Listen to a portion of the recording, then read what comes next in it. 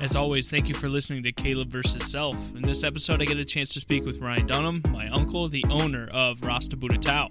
We talk about political and media atheism, the importance of community, and how fear holds us back from fulfilling our potentials. You can find him on Instagram at Rasta Buddha Tao with tons of great vapes, great artists on there, and a great Instagram live. If you're interested in any more of that, check him out, Rasta Buddha Tao on Instagram. Hopefully you guys enjoy this episode.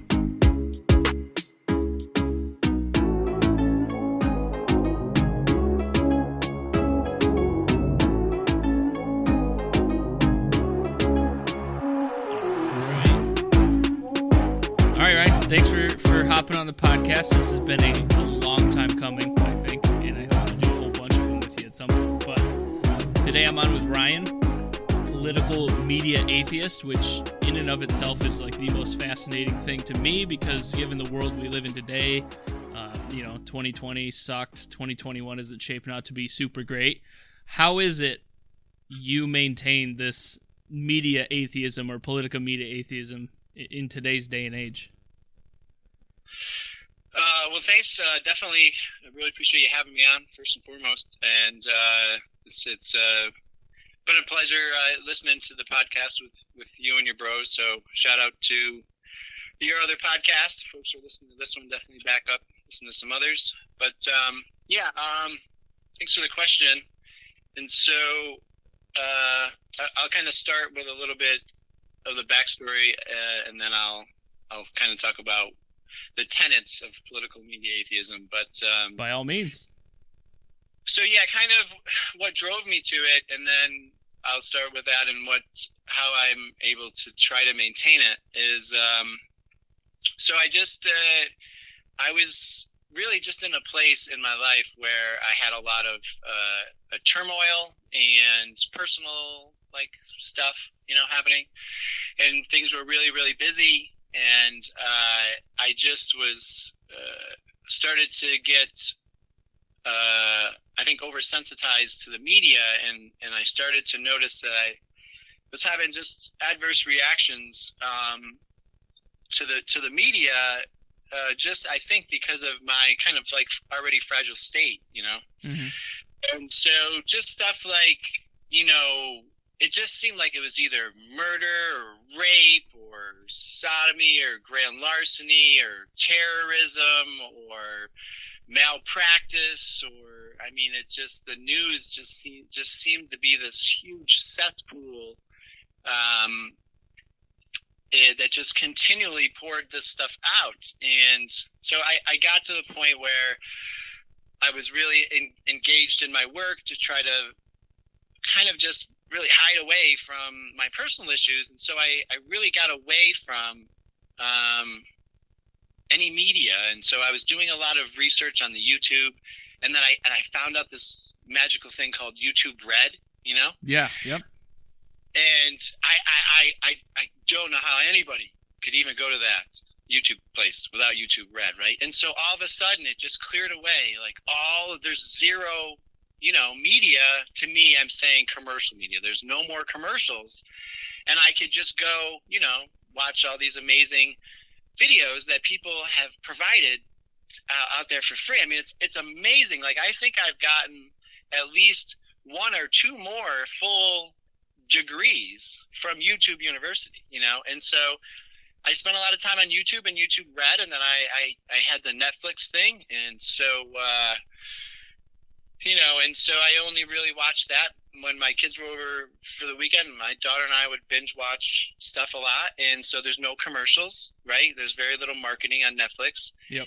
And so then I kind of cocooned myself. And then when I started getting, when I would start to see the news, it would infuriate me. I would get very angry and sometimes loud and belligerent over seeing the news. And I really came to the head after my 8th and your 9th cousin, you know that, right? That Obama is your 9th cousin? Yeah. I don't know if I've seen the paperwork on that, but you guys seem pretty convinced. I'll just say, let's just say after the president whose mother's maiden name was Dunham, his term was over. Then I got really angry and sensitized when then I realized the only thing you had is a choice between shit and crap. And so I started to just get like, it was like this very strong adverse reaction to it. And so when you say you're talking about just the political sphere as a whole. So or media. Anytime anything political with that debacle of, you know, laughing stock of when, you know, the government of this country finally fell off the cliff was a choice between shit and crap. And there was all this terrorism and there's just filth. Like the news is just, look at it. It's 95% garbage. Anything fed into you either by the news, by commercial marketing or political means, all of that shit's just garbage. And so I was visiting my mom in Florida, and I had been in this mode for a while, and I love my mom. I want to spend some time with her, and she was sitting there watching Little House on the Prairie, which is innocent enough. So I sat with my mom, and then all of a sudden the news came on, and I was like, you know, you're overreacting with this news thing. You're acting like a lunatic. You know, this is your mom. And so the news came on, and it was like, a Tampa man is charged with grand larceny after beating up a clerk at a convenience market and stealing the money or whatever it was. And so I could see my mom being like, oh, and I was like, oh, that's nice. And she kind of looked at me like Ryan, you know? And so the next thing was, you know, man burns down his house after killing both of his children and leaving the bodies inside. And I was like, oh, how nice. And then she did say, Ryan.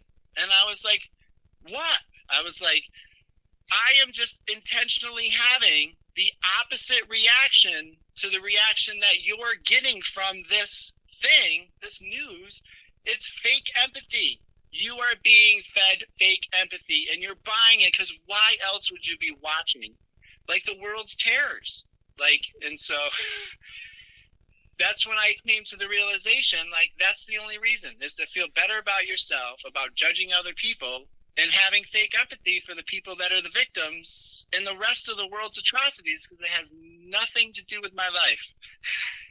And so that's kind of like the backstory and how I just kind of came into this thing. And then during the election, I'd go to music festivals, and there's all these people like, get out the vote. And so I'd be walking past them, and I'd say, no, thank you, I'm a political atheist. And I'd look at them, and it'd take him a minute to register. Like, atheism means he doesn't believe in God, but he's saying political. He doesn't believe politics. That's funny. Hey. And so then I just continued to push it, because what I realized is everyone has been so trained and conditioned to this. Like on my Instagram, I would post, please don't vote. I would have the, you know, not the big get out the vote sticker, you know, please don't vote. And people will get angry. Like that will get out. I will touch, like it touches a nerve. Yeah. And I like to touch nerves. I'm like Cyril, your brother. I like to touch nerves. Right. So then it got into a thing where I realized that it was being taken as adversarial to some degree, and I could push people's buttons with the political mediation, because you know, if it's Donald Biden or Joe Trump, like, I know one's the president and one's currently the vice president. They're both amazing right now, and I love them both. And let me give you a big hug, brother. And people are like, what? You have to pick one. You either have to say you pick none and you stay out of politics, or you have to, like, no, they're both. They're great. If I could just get, you know, Donald's hair and Hillary's ass, like, whoa, that would be a president right there and a half. you just have no concern for it. So I can definitely understand the news, media atheist, as far as that stuff, right? Because you're right. A lot of people watch that because they want to feel better about themselves. Like, well, my life sucks, but at least I didn't get stabbed in the face or whatever it is. But on the other hand, right, people might argue to you and say, you have to be somewhat acknowledge, or you have to acknowledge to some degree about local politics and government, because at the end of the day, that does impact your life. Yes. So how do you balance, if at all, those two, or how hard do you go with the atheism piece when it comes to politics? Because I can definitely understand the media portion. But what about politics? Because you have to be semi-informed. I mean, it might impact your business or your taxes or who knows what it might impact. But how do you do that? Right. You said the T word. Yep. So you're right. I did. That is a perfect setup. Okay. So now I'm just going to go back and I'm going to explain political atheism in its three tenets, because what I found was I got that question that you had a lot, and it kind of scratches that patriotism, right? And so there's three tenets to being a political atheist. It requires you to be a media atheist, because if you're not going to believe in it, and then it has to not exist, right, to the best of your abilities. So right. The number one is the USA rules. USA is the best place, I believe, on the planet. I believe that is the best physical place. If anyone in the world could choose a place, and that's why so many people want to come here, right? We're the melting pot, and I think we are the least racist, even though we have the most problems with racism. And it's because we are the melting pot, right? Right. Go to France. I think it's a bunch of white people. You go to Italy. I'm pretty sure it's a bunch of Italians, right? And there's a few other people sprinkled in. But America's like, come everybody, right? So first and foremost, I think we're the best, diverse, most abundant, and very tolerant country that professes freedom, right? Freedom. For me to say I'm a political media atheist, that's tenet number one, is God bless America. That's number one, whichever God you profess to, okay?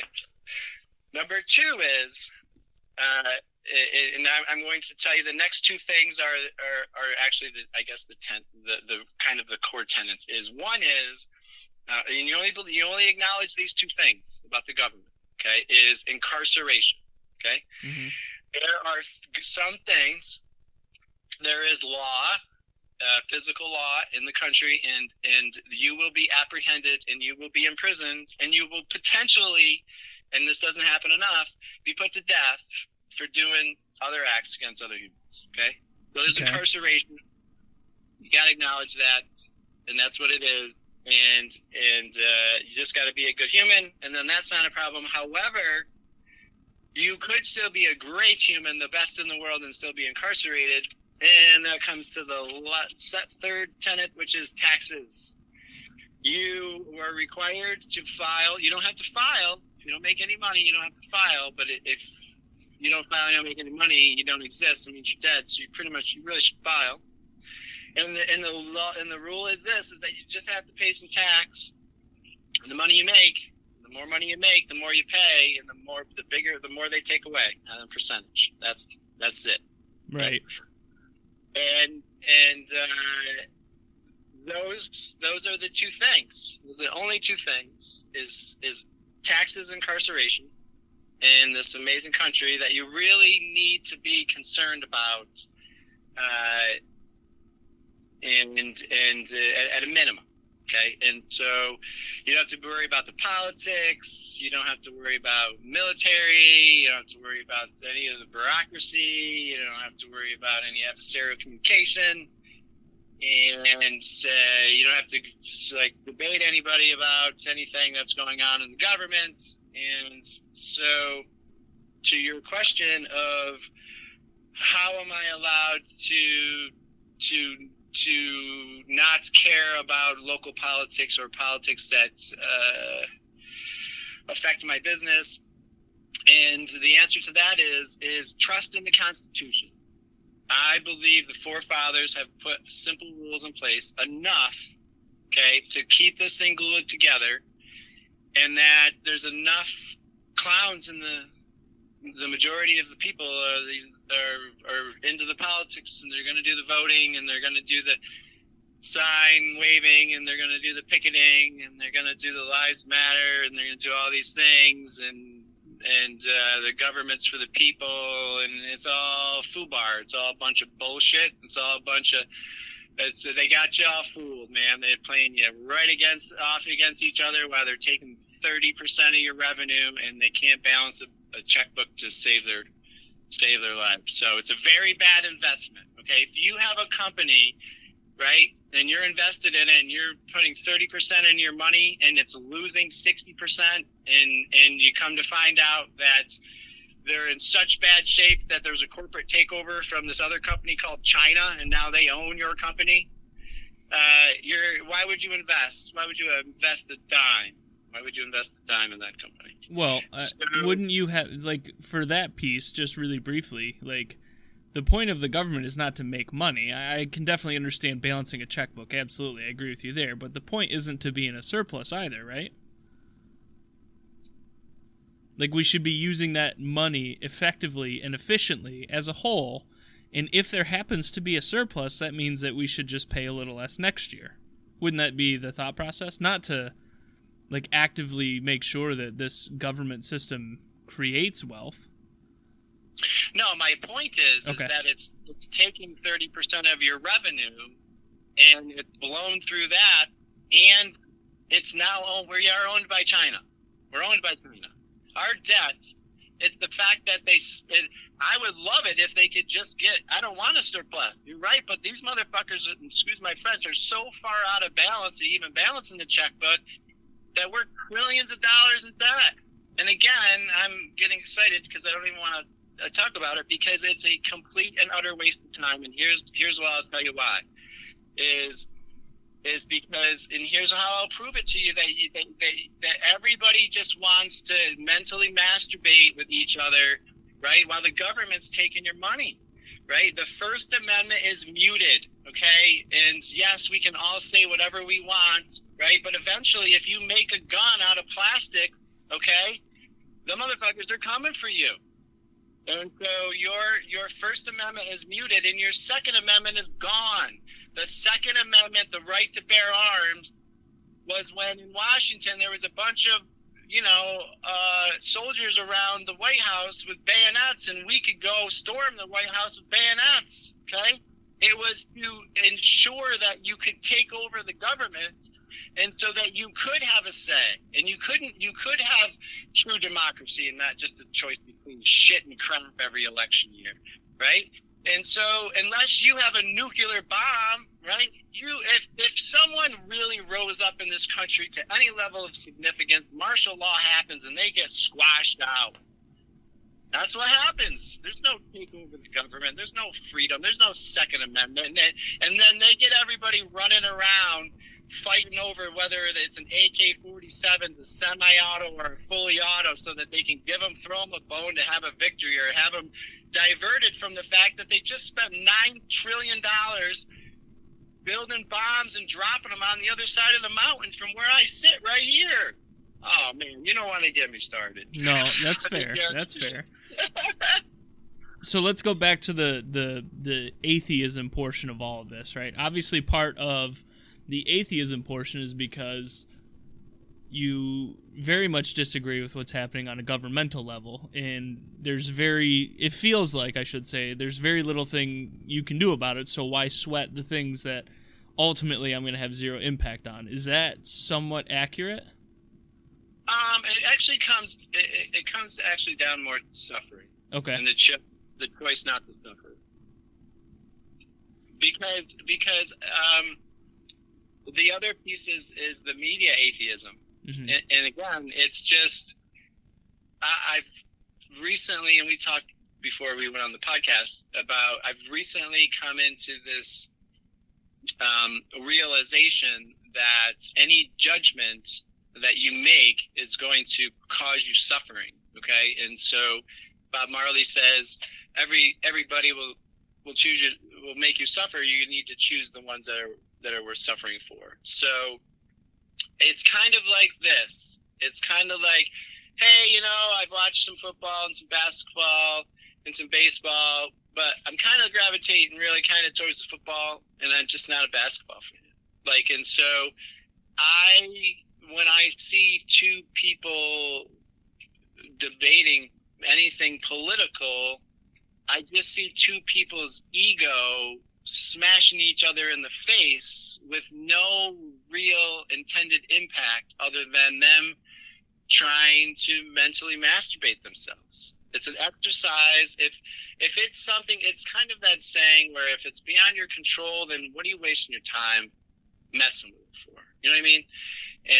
And so I think it got highlighted for me because I think that there used to be, I think the political arena in politics is like a company. When a company is small, and they made the Constitution together, there's a group of small individuals that were like-minded, and then they all communicated and they knew each other's name, and it was great because they were small. But every time a corporation gets bigger and bigger, in fact, Gore, the company Gore, will not let a building or an organization get more than 150 people because they believe it's the optimum sweet spot is below that number. Once you get past that and you don't know everybody's name, it starts to get political, okay? And then it starts to get rank and file, and it needs to be all orderly. And then it just comes to a situation where you have to live in that machine, right? Based on your rank and file, do the things you need to do. So and just seems silly. So based on that, it sounds like, if I could kind of dissect this a little further, the belief is that if you have a community of people more than 150, for Gore specifically, and I read a book a while ago. I've had my dad read it. Chad's read it. I think Cyril's going to read it at some point, called Tribe by Sebastian Junger. And he makes the argument essentially that, it's having more than 100, 150 people, it's just impossible to have that many personal relationships with that many people. So do you feel like by practicing your media atheism / political media atheism, you're eliminating this large sector of trash that you're not going to be able to keep up with anyway, and ultimately just puts you in a negative place when you're done consuming it? Is that really the goal? Yeah, I really think so. And so a little bit about me is that I've graduated like your dad did from RIT with a mechanical engineering degree, and I did the whole corporate gig, and I had the most amazing career, and I worked for fuel cell companies, and I stood on top of wooden turbines, and I worked on nickel sodium batteries.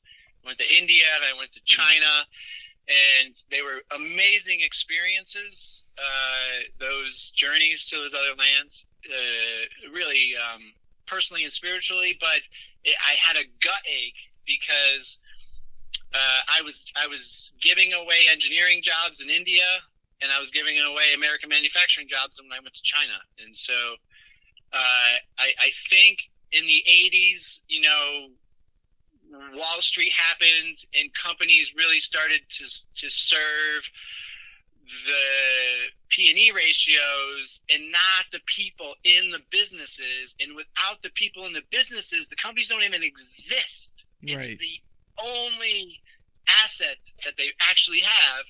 And then so I watched all of the giving away, and then and the giving away because Asia could make stuff so less expensive, and the engineering hourly rate in India, even though I personally say that it was the engineering costs were more expensive, the hourly rate was less. Okay, and then all of a sudden you see this flood of stuff coming in from China, and it used to be, you got a toaster from GE, and it was shiny, and it was chrome, and it lasts forever, and you could fix it if it broke. And now, every time you repaint the kitchen, you buy all new appliances to match, and all that shit goes in the landfill.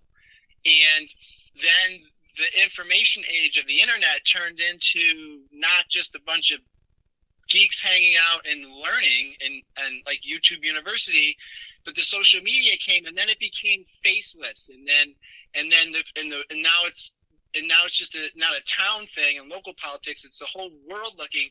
And then what happened is, what got removed is my ability to punch you in the face if you said something that pissed me off. And now everybody without using their real name, right, can go on the internet completely void of any risk of being punched in the face and just say stupid shit to mentally masturbate themselves. It's a whole heap of garbage out there. And if you ask me, bring me right back to the year my truck was made is 1967, and give me that truck and let me live in that era. I think a lot of it is me just being old and tired and gone through some stuff that's kind of outcast me from society, and it's just allowed me to build this place. It created a weird thing where I was overly sensitized to things I think are negative, and that people are accepting into their brain, into their supercomputer every day, all this garbage. And I put the wall up, and so Steve Jobs says, as soon as you realize that laws and rules were just made up by people that probably weren't smarter than you, then you start to realize I make my own world. And so it's really a protective cocoon for me to live in, because I just realized I love this guy, Alan Watts. Mm-hmm. And one of his things he said was, the secret to life is just living. Okay. And so I just simply want to live. I want to take my old truck. I want to drive down to the store. I want to get high test gasoline. I want to come back, and then I want to see if I can kill myself hanging off the back of a 2-stroke motorcycle, driving it all the way out as far as I can so that I can just barely get back with like an ounce of gas left. And that's living. That's life for me. And I've just gotten to the point where, and here's the truth of the matter is, I am very incompetent. I am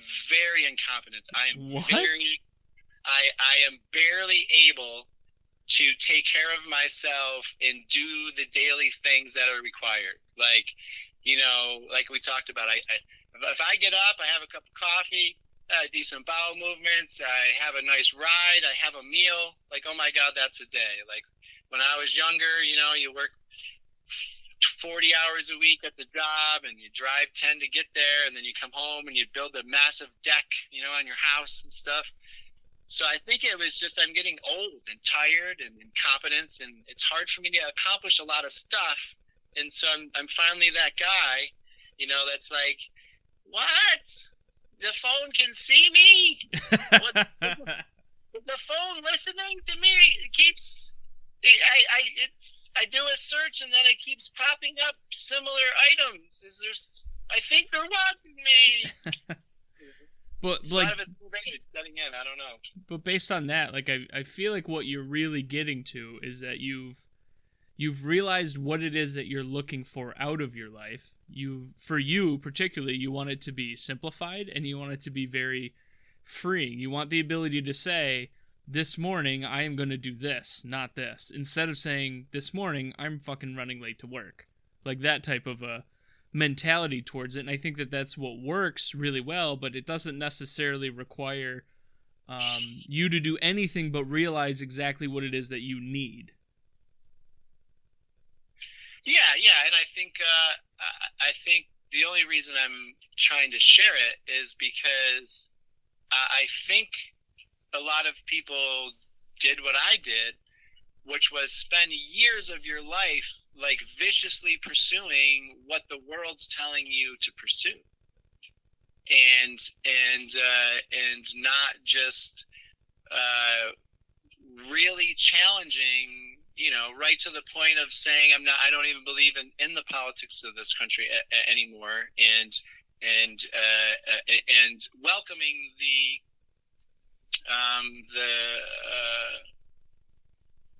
apprehension or the pushback with the things that I'm saying is because I'm just trying to get people to realize is if I'm and the people that are going to have the most adverse reactions to me are like your brother, right?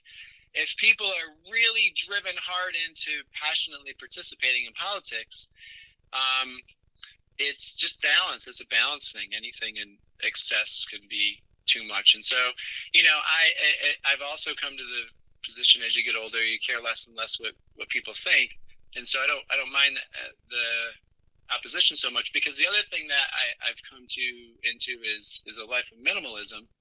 And so I've had customers both, and so I'm doing this, and I've been called out for doing this. I'm using my own business platform I'm using my business as a platform, quote unquote, for my political atheism. So that's an oxymoron, I think, right there. But just because it's done wonders to me to go off into the desert and spend lots of time alone and meditating and realizing how little you need to actually just be happy on a daily basis. And I've had people tell me, like, I've had people have adverse reactions to me, but I've had people DM me and say, hey man, I really want to thank you because I had one lady say, I really want to thank you because my husband has backed off a little bit on the politics thing, thanks to you. She goes, he used to sit for a half an hour getting pissed off on the toilet every morning. Yeah. And I had a kid that bought a vaporizer from me, and he happened to be here in Joshua Tree on vacation. Like, it just happened to be this thing. He was like, hey, I saw on one of your posts that you're in Joshua Tree. Can I just pick my vape up?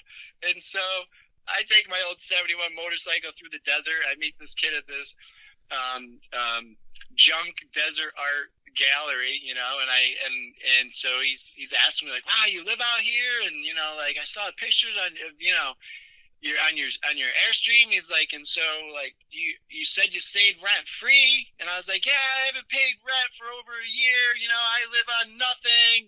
I do whatever I want every day. I was, over the top about it. And so he just texted me last week.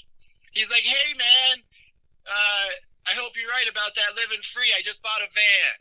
And so he was asking me about solar, and I have a video on my RastaBuddhaTao.com channel about living off grid. And so,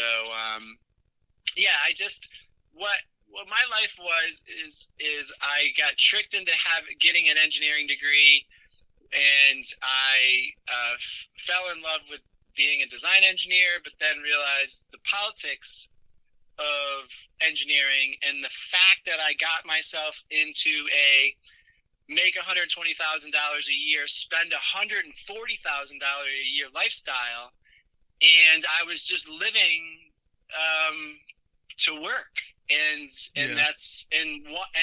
when engineering was my passion, and when I was a design engineer, and I could think things in my brain and make them materialize in CAD, and then have the parts actually made, and then deliver a product, I was really happy. And then I got into the management thing, and I saw, like, really, we're just feeding Wall Street here. Right.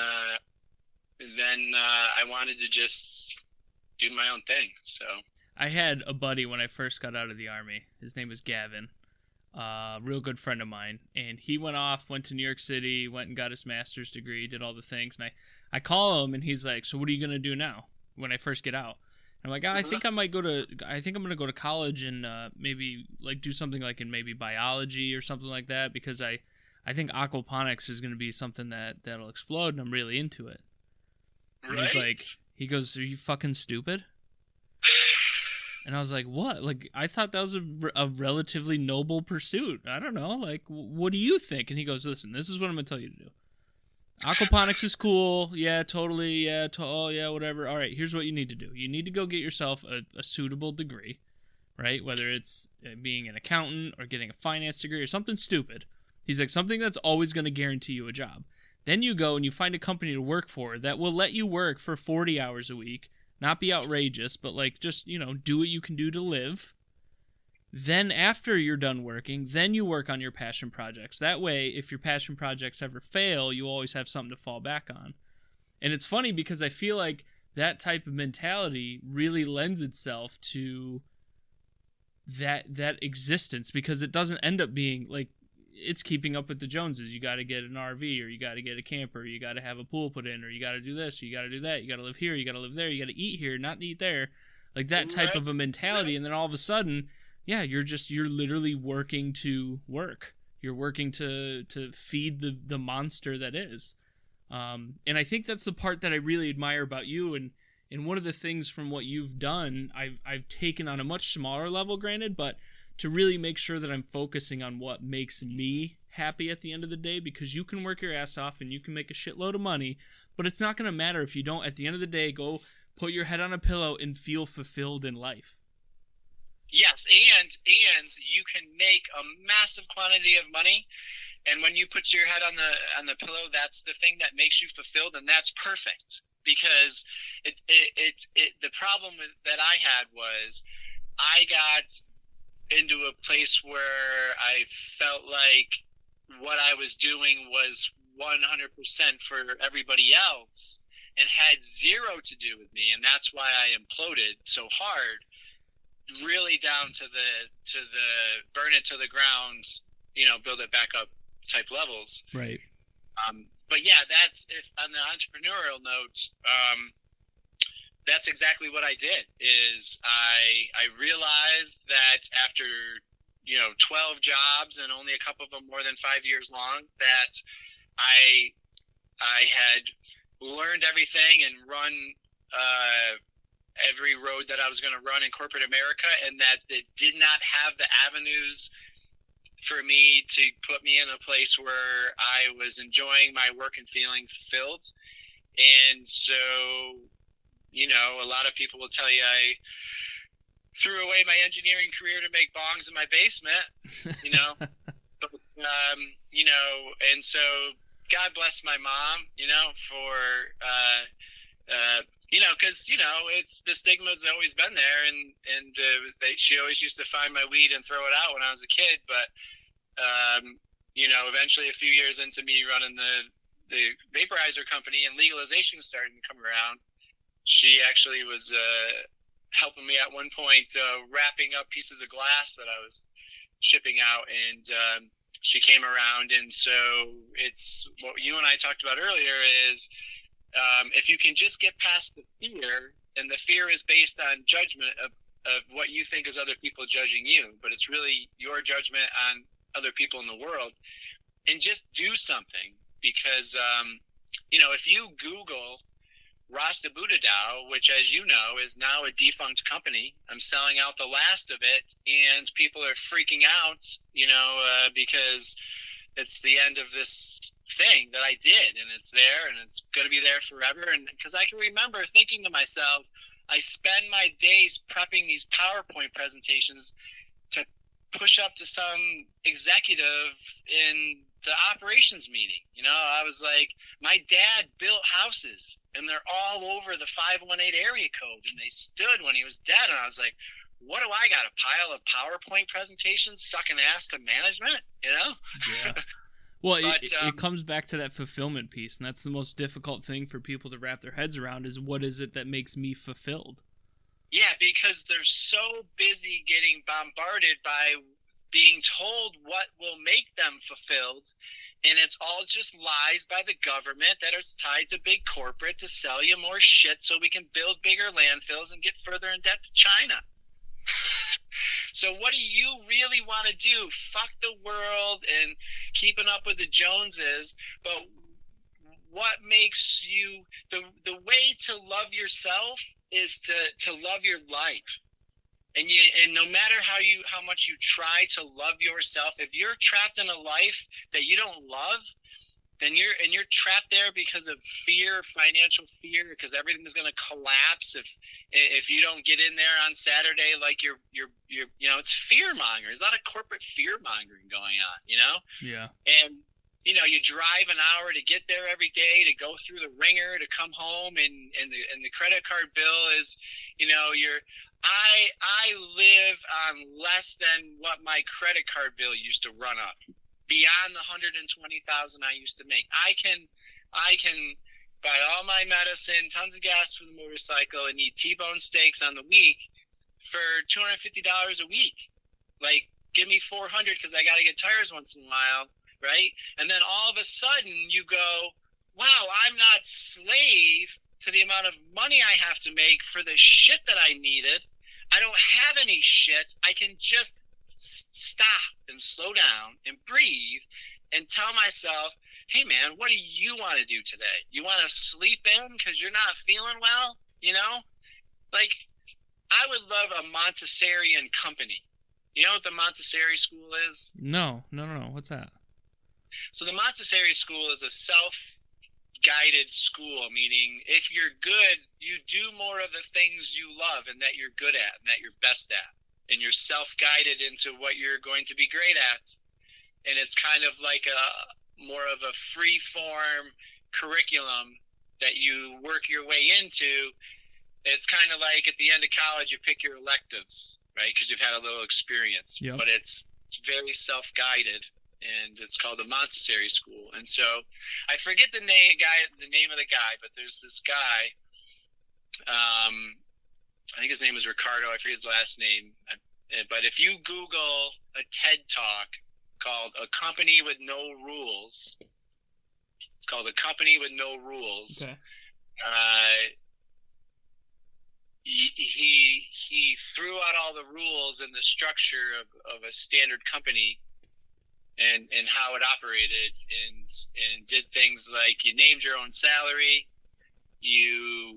When you were 30, you took a loan from him for $10,000 and you took 3 months off and you hiked the Himalayas because that's what you wanted to do, but you paid it back to him over the years.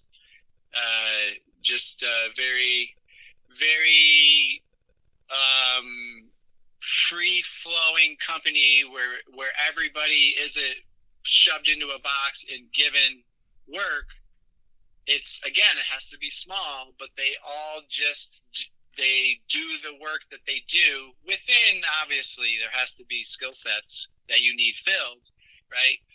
But it was a very kind of free-form a company with as little rules as possible. And what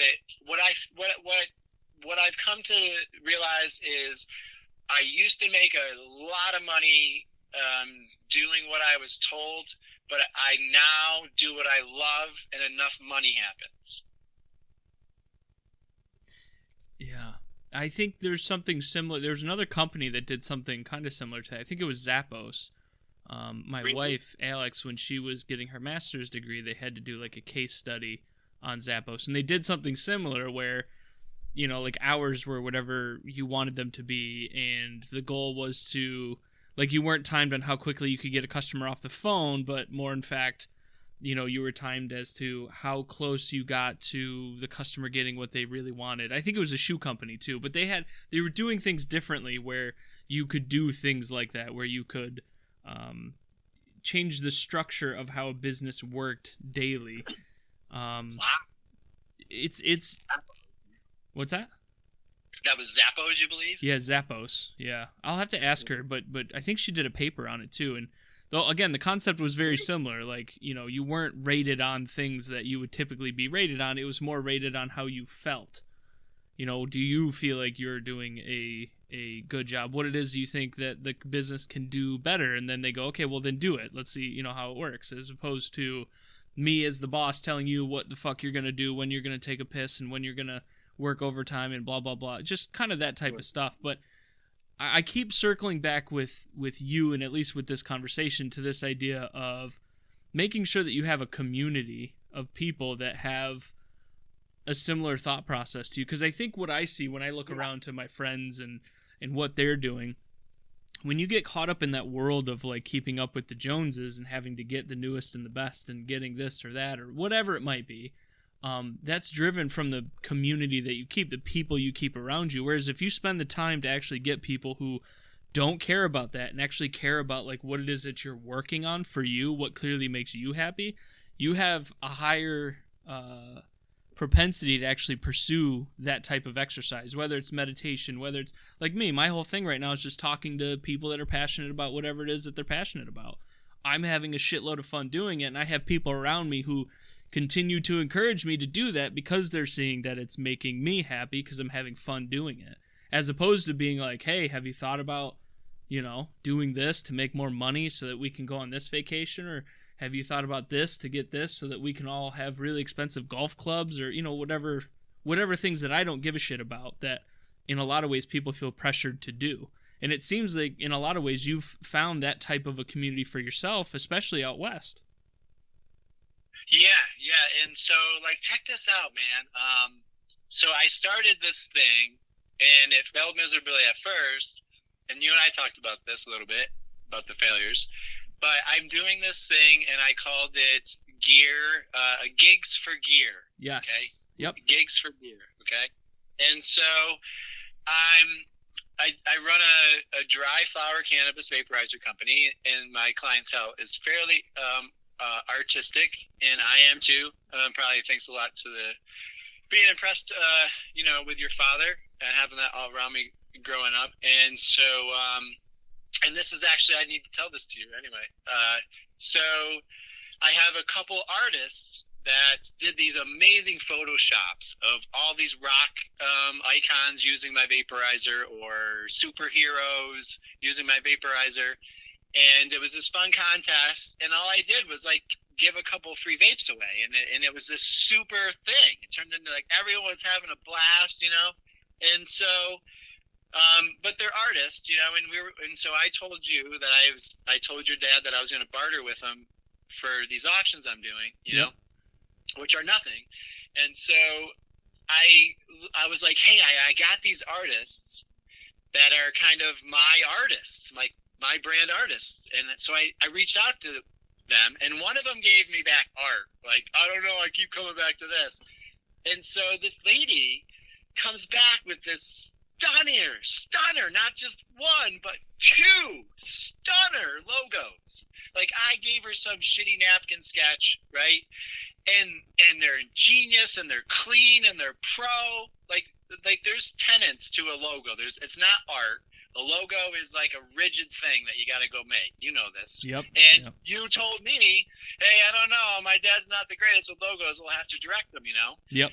And so I was just stupefied by it. And even though I made a deal with your dad to do the logo, she's doing so good. I was like, hey, I'm doing this thing, gigs for gear. You want to gig for some gear? I go, because I can have my brother paint me an amazing painting influenced by my triangle circle logo for me to have for the rest of my life. Instead of paying him to do the logo, I can barter something else with him. If you can do this logo for me. And she does all the giveaways. She's always the giveaway girl, right? She's always on top of all the giveaways. So I go, could you, since you're doing the logo, could you go find t-shirt manufacturers, hat manufacturers, anything you think is cool, stickers, go get quotes on stickers, and go find the best shit, and she's like, yeah, I'll totally do that, right? And so I told her, and so she starts digging right in, and I was like, whoa, you're working too fast, you're working too hard, I so much appreciate this, but make sure this is fun and you love what you're doing, and just write down the number of hours, okay? And so I have this cult following, and I have this older vaporizer that I haven't got around to building yet, and it's a long story, but people are freaking out wanting one of these, and I only have 20, okay? And it makes me feel bad, right? Because I only have 20 of these things, but this lady is like, boy, if I could get one of those, and I'll say no more, 1 of 20, got your name on it, right? And she's like, boom, right? She's digging in, she's loving it, I'm loving it, she's loving what she's doing, and so I was like, damn, right? And so that was last weekend. Then this week, this kid comes on my live feed, and he's a young kid.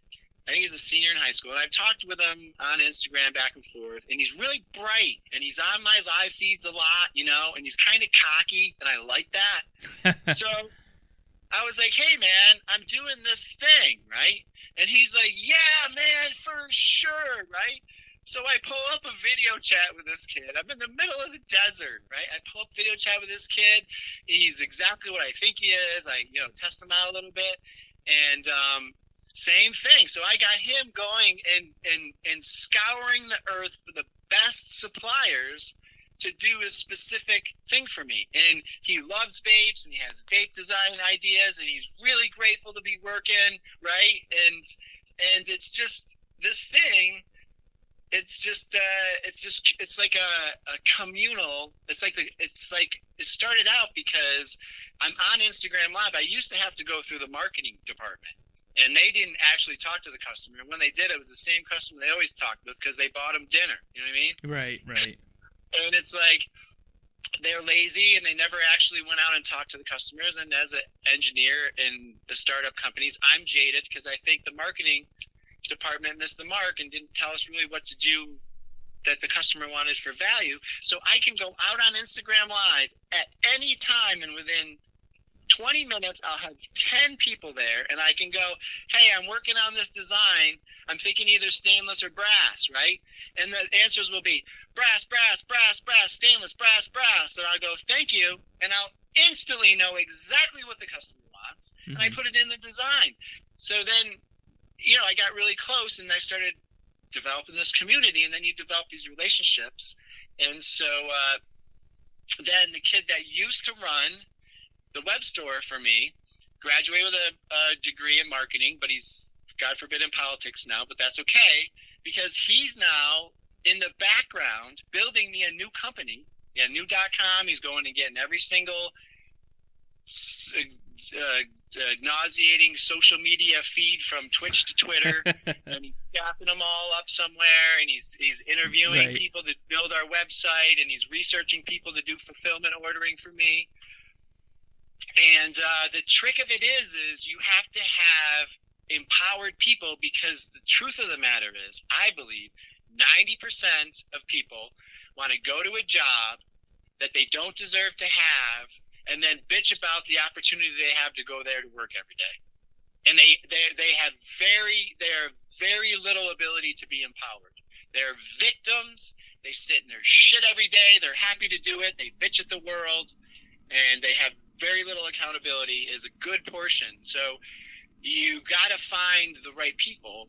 And it's really, I remember, man, when I was an engineering manager and I was trying to hire supplier quality engineers, like, travel the world with GE, I'll give you a corporate card, you flex time, like I'm super cool, come out, I'll buy you drinks, we go bowling all the time. And like, I was getting duds, man, duds. So it's so hard. There's the whole behavioral interviewing thing now, to try to sort through people's bullshit and find good people. And it's so hard to, well, even if you bring the guy back for 2 days of grueling interviews through 9 people and have a selection process, the guy could still be a meth addict. Yeah. So this thing where these people, and I can give you 10 more examples through me starting up this company where people have just come and to me and been like, hey man, your website's not that great. I'm a website guy. And I was like, yeah, I know it's a piece of shit, dude, but I'm one guy. I'm doing everything. I don't have any money. And he went, that's cool. I'll do it for free. And then I was like, well, I'll give you some vapes at least. And so that's kind of how this whole gear for gigs started out. I've had multiple people. That's why I'm overjoyed to pay it forward with your dad, because I've had people come do what I'm, attempting to at least try to do, help your dad out, Right. Well, it's interesting. It's fun as far as having like smaller communities like that to be able to pay it forward, because you also, as a consumer, right, for me, it also makes me feel good knowing that you're doing things to try to pay it forward and to help, the community as a whole. So it also does feel good from that aspect as well, instead of just buying some mass-produced vape from who knows what the fuck where it's from. Yep. There's a lot more for me to explore as well, because to your point too, right, the people who consume or use your product, I don't want to say they're all the same people, because they certainly aren't, but relatively speaking, have similar interests. So by doing Gears to Vape, or Gears for shit, what was it? Gears for Gigs for Gear. Gigs for Gear. Sorry. So Gigs for Gear. With doing that, you also get to expose people to whether it's artistic works, other creators, whatever it might be, and I get a constant update on your feed, at least, and through Instagram particularly, to see these things. Like whoever did Buds and Doses, that shit's hilarious. That's one of my artists. In the Black Jesus with the vape. Yes, dude, and these people just came and did this for a chance, and it turned not into a chance to win a vape. It turned into who's getting the most likes on their drops. Right. And so it's just, what it boils down to a lot too is I worked big corporate and small private and vice versa, and it really just depends if you want to wear that power suit and sit in the corner office, and that's again at the end of the day, if that's what allows you to love what you do, right? And so there's too much rank and file and keep at one point at GE, and so do you know the movie Office Space? Yes. Well, I lived that script on my way out of corporate America. So, and I did it to fairly grand fashion. But at one point, I did something that was basically career suicide, which was I not only refused a promotion, I asked for a demotion. And so in the process, because I was just done with the management, I'm like your dad, okay? Give me a CAD program and some weed and food. Just leave me alone forever. I'll make amazing things that you won't believe, but that's all I have the capability to do. So when I got into management, and I was like, this sucks. I told you I couldn't hire a decent person to save my life. So I just want to go back to being and it was this big thing, right? Because here's the thing with GE, there's secrets. You can leave once. Literally, this is a law at GE. If you leave once, you can come back once. That's it. Everybody leaving the second time, he's like, yep, this is it, man. And so you just get boxed in.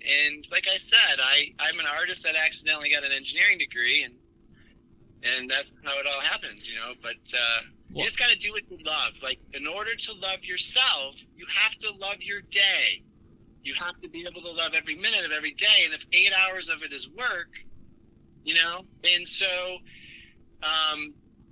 the minimalizing thing is also the enabler. Is you can't have your cake and eat it too. You can't say, hey, I want this $1.5 million mansion and I'm only going to work 20 hours a week, right? Right. I chose to say, hey, I'm only working 20 hours a week, but I'm going to ride my motorcycle, and drive all over the country and explore this great land we live in, because that's the trade-off. It's freedom. It's the trade-off of freedom. Well, I really appreciate this. I'm an artist that accidentally got an engineering degree, because some of the things you've been talking about, actually not too long ago, is the potential to incorporate a hemp plastic into your products in the future. Is that something that can be done? Does it have the ability to be incorporated into a vaporizer? Yeah.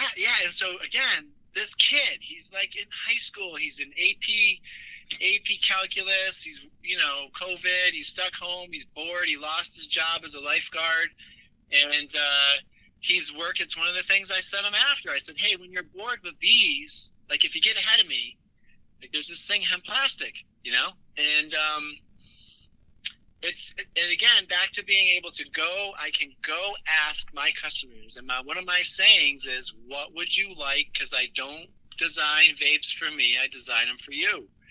And so I was in the design mode, and my customers are used to buying exotic woods. They're used to buying artisan exotic wood vapes. And so it's an artisan, niche-y, stoner type thing. And so with a grain of salt, I asked my customers, hey man, I'm thinking of doing a vape. And I was thinking of, don't worry, I'm doing the exotic woods. I'm thinking of doing plastic. They almost lynched me. Okay? You do not use plastic in a vaporizer, because a vaporizer gets warm, and warm plastic is just bad. Like, right. There's just this disdain for plastic, okay? So then I turned it to, okay, well, what if I do smell-proof hemp plastic lockable storage containers? And then they're like, yes! Right? So yeah, I am, and it's a funny thing of this is when I came into the business and I started this business, I had 20 years of corporate brainwash, okay? And I had a very, very, very stiff child support payment to make every week. Sure. And, so I went in this very corporate, I was like, an engineer that forgot he was an artist 5 years ago, okay? And had this industry beat into me that no, actually, I'm an artist. I'm an engineer. I'm an engineering artist, I guess. But I love CAD design, mechanic. I'm a design engineer, and that's so close to artists. So what is it about the vapes that you've made that are significantly different? I know, again, you use very specific materials, very natural, lots of hardwoods in a lot of at least your older products. What else is it about that your vape designs specifically that really you feel set it apart from other vapes?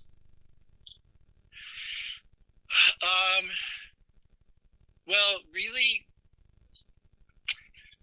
so this quick story was, like you and I were just talking about earlier, buddy saying, get any degree and find a job and then do what you love as a passion. There's one more step in there. Okay. Find a job that's 40 hours a week, right? That will also pay for you to get your master's degree in the thing that you love. Then after that, moonlight doing the thing that you love until it turns into this lucrative thing. And it can be lucrative enough by reducing what you need. It doesn't need to, as I've proven, you can reduce what you need down to the money that will be available doing what you love, right? That's an option. People don't like to go backwards. It's like the demotion I talked about earlier. Right. But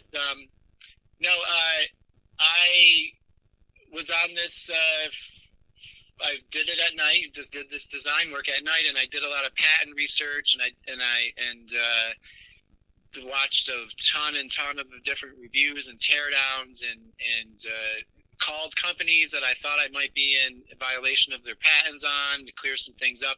But then after I dropped the provisional patent, I went onto this website called fuckcombustion.com. Okay. And what it is, it's a encrypted, protected, because we needed this, 5 and 10 years ago, site where all these nerds that vaporize cannabis, right? Because most people still don't understand that don't even know cannabis can be vaporized, and they don't know that it's healthier and efficient to do it, right? It's still kind of a niche-y underground secret, I guess. But these people were experts, and they were fanatic, and they would hand me my ass when I used adhesive. I used adhesive to glue one part into this. Everything else is stainless, glass, wood, very pure. I use this one little bit of glue in a spot where it's not even adjacent to the flow stream.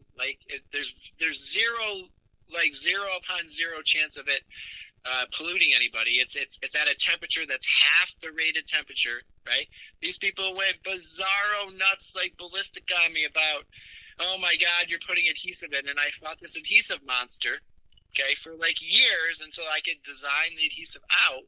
So a lot of the reason that I started early, Number one, I started right before everyone else and their brother got in the game. And so what I did was, on that website, I went and researched and found who I thought were the 12 best in the world and asked them if I gave them a free unit, if they would critique it for me. And then when I was done and I took their advice and I made a revision, I'd give them another free one. So their voice was heard, and then I gave them back what they asked for, and they were like, hell yeah. So I hired the experts in the world to give me their expert opinion and shit tons of their time for like $500 a piece. It's great. Entrepreneurship is way better. Here's what the thing is government is politics, and politics is corporate America, and corporate America is a big, slow moving, not caring oaf that serves the stock price, man. And you in this slow and lean and agile thing, like with a phone and an Instagram account, you know, I'm dropping auctions on the first of the month, and in 2 hours I'm selling out all the money I need for the month. And I'm good. That's it. Stress is gone. I was like, yeah, I sell every day. Then I was like, no, I sell once a week. And then recently I was like, yeah, fuck it. I'm just going to come out once a month, right? And what I didn't realize is I'm creating this naturally cyclic supply and demand and scarcity every month by doing nothing, by doing less. I'm creating more of an excitement than ever. So that's awesome, because ultimately too, right, it fits into your lifestyle and your current life philosophy, so it works. And I think when you talking about, if I could sum all this up, is the one thing that I'm noticing is that fear is what people ultimately need to overcome, whether it's the fear of not having what other people have, whether it's the fear of taking that step outside of that comfort zone, whether it's the fear of even just reaching out to people and saying, hey, would you mind reviewing my vape, or would you mind having a conversation with me on a podcast? Getting rid of that fear to be able to take those steps sounds like ultimately is the crucially most important thing. So then you learn about yourself through the potential failures or experiences or successes that you ultimately will or won't have throughout the whole process of getting rid of that fear. Yes. And I gotta tell you, you gotta have your father on the podcast and talk to him about fear, because I would love to, like, with your father, I wonder sometimes if the fact that he had to overcome being deaf, right? Like, in a lot of ways, being deaf is almost like a social deformation, right? Yeah. Because, like, it's a funny thing, because, like, obviously I grew up with my brothers. They're deaf. I went to RIT. It was a deaf school. I, like, had no problem and hung out with deaf kids. Like, but then I would see all the people that weren't exposed to deaf people, right, would be, like, weird about deaf people, you know? And it was the first time, because everyone in Gansver loved the shit out of my brothers, you know what I mean? And so I'd never seen anything but, like, everyone loved them. And so when I went to college and I saw that, I was like, I remember that being like a thing, like, that bothered me. Like, and I wonder if he had to overcome that, right? Or is it because, you know, my parents were so amazing to drive them out to Rome, you know, back and forth every weekend and buy them. Like, we had no money, and every single one of us did crazy things. Like, our parents just, like, whatever we wanted to do, we just muttered we wanted to do something crazy. And like, here's a unicycle, go ahead, kid. Right. You know? But here's the secret, I think, about fear is that we think that we're afraid of things, okay? Let's say I'm afraid of being embarrassed for using cannabis because it has a stigma of whatever, okay? What you're really scared of is the fact that you're judging other people the same way. You're judging an alcoholic and pointing a finger at them is really the thing that's the fear. The fear isn't, you know, the judgments you're creating the judgment. You're creating the judgment. You're creating the fear. It doesn't exist until you acknowledge that you are afraid of someone else's. It's someone else's world. It's not yours, right? And so it's the act of taking it in. That if you just refuse to take it in, and we're just so conditioned to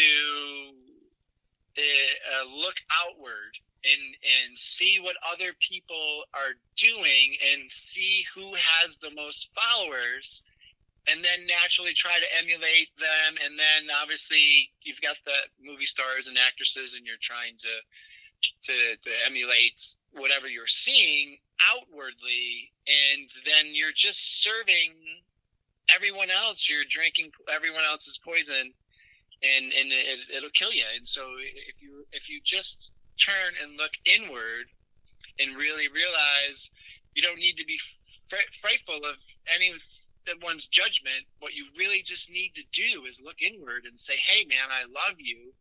Maybe I haven't been taking the best care of you and really what you wanted, because it's, you know, the frog in the pot thing. Yes.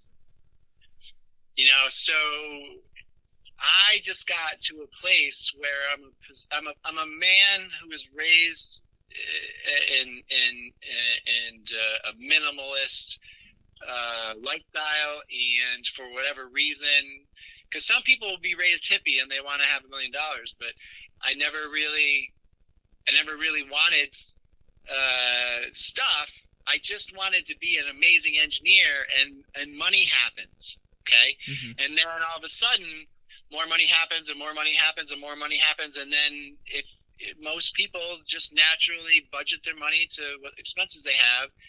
And then all of a sudden you just get to a point where you're just trapped there, you know? And when I finally looked inward, I was like, wow, I'm 95% living my life purely to satisfy the outside world, to the point of like being extremely unhappy having to go to this job. And I'll admit to you that I went from the far right to the far left as hard as I possibly could, because I have lived under I had lived a life under a lot of judgment and control, and I really wanted to get hyper judged. Like, you know, the Eminem song, I am who you say I am. If I wasn't, why would you say I am? Yep, absolutely. I took that thing and I just like jacked it up with gas on me. I went office space. Like, I torched my career. I torched my credit. I intentionally torched my credit. I called up the people that owned my house, aka the mortgage holder. Mm-hmm. And I said, "Hey, how you doing? Oh, good. Blah blah blah. Yeah. So I'm giving you back your house." And there's this long silence, and she says, "I don't think I understand what you mean, sir." And I said, "Yeah, I just want to let you know I'm giving back your house. The keys are on the counter." And she goes, "Well, you just can't get back the house. We have paperwork. We have to fill out. We can do a short sale for you." And I was like, "Nope, I already called the real estate agent. It's so far underwater." And I said, "I got a lot going on." I said, "Right now." And I said, "I just really don't have time for any more of this." I said, "The keys are on the table." And I hung up the phone, and the keys are on the table, and I left. AKA house foreclosure. So I was like, "Yep, never owning a house again. Yep, they're never going to give me a credit card again. Yep, I'm going right to the bottom. We're going to go right to the bottom." Well, ultimately, I appreciate all the time that you've spent with me today. If you are interested in any of this stuff, check out Rasta Buddha Tao. I'll have it in the intro as well. And hopefully, I think what I would like to do, not just do one with my dad, but I think at some point I want to do maybe some group ones at some point, like me, you, and Cyril, or me, you, and Chad, or maybe even at some point you and Cyril, or you and Chad, because I think that you would get a ton out of those conversations as well. Yes, that you'd have to manage both myself and Cyril, though. So. That's why that one might have to have me included. All right, man. Well, I appreciate the time.